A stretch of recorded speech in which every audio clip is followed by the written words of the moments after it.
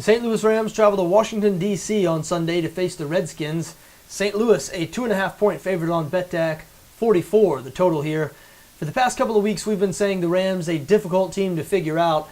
I'm starting to think maybe that's not the case. Maybe this is just a good team that wasn't very good at the beginning of the season. That does happen after all. Teams do improve in the NFL, and the Rams are one of the youngest teams in the league.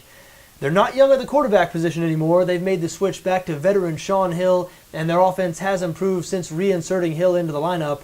The high point came last week, a 52-0 win over the Oakland Raiders.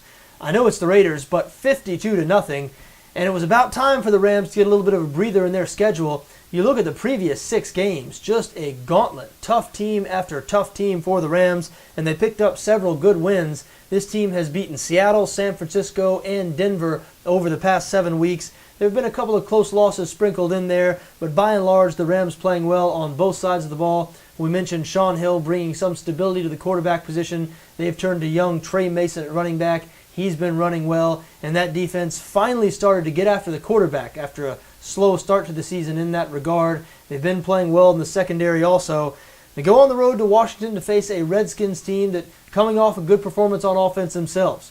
The Redskins played very well on that side of the ball last week in Indianapolis, but it was not enough. The Colts rolled right over that Washington defense. Indianapolis producing 49 points. Now, they rank first in the NFL in both yards per game and pass yards per game, so even though the Rams put up 52 points last week, they're not as good as the Colts on that side of the ball, and I do think the Washington defense better than they showed last week, so I expect the Redskins defense to play a good game here and keep this score down in the low 20s.